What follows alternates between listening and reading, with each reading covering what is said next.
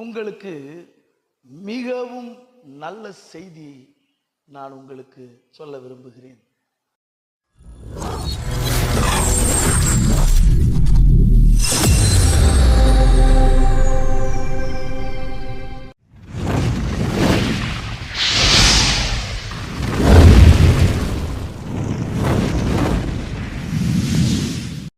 உங்களுக்கு மிகவும் நல்ல செய்தியை நான் உங்களுக்கு சொல்ல விரும்புகிறேன். என்ன அந்த நல்ல செய்தி? இயேசு கிறிஸ்துவே தேவகுமாரன்,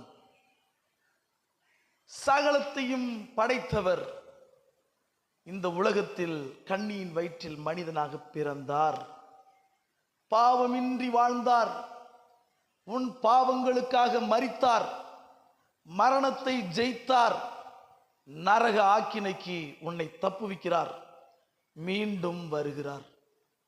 மீண்டுமாக இந்த நல்ல செய்தியை சொல்லுகிறேன். இயேசு கிறிஸ்துவே தேவகுமாரன், சகலத்தையும் படைத்தவர், இந்த உலகத்தில் கன்னியின் வயிற்றில் மனிதனாக பிறந்தார், பாவமின்றி வாழ்ந்தார், உன் பாவங்களுக்காக மரித்தார், மரணத்தை ஜெயித்தார், உன்னை நரக ஆக்கினைக்கு தப்புவிக்கிறார், மீண்டும் வருகிறார். இதுதான் அந்த நல்ல செய்தி.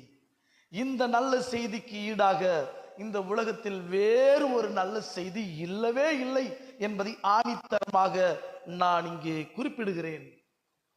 கர்த்தர் தாமே உங்களை ஆசீர்வதிப்பாராக. ஜெபம் செய்வோமா? பரலோக பிதாவே, இந்த நல்ல செய்திக்காக உமக்கு நன்றி செலுத்துகிறோம்.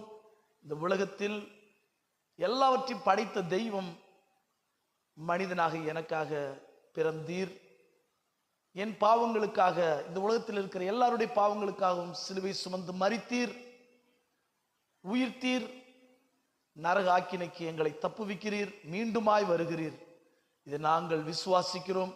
இதை பார்க்கிற கேட்கிற ஒவ்வொருவரும் இந்த நல்ல செய்தியை விசுவாசிப்பார்களாக, அவர்களும் நரக ஆக்கினைக்கு தப்புவிக்கப்படுவார்களாக. நன்றி செலுத்துகிறோம். இயேசுவின் வல்லமையுள்ள நாமத்திலே ஜெபிக்கிறோம் எங்கள் நல்ல பிதாவே. ஆமீன், ஆமீன். கர்த்தர் தாமே உங்களை ஆசீர்வதிப்பாராக.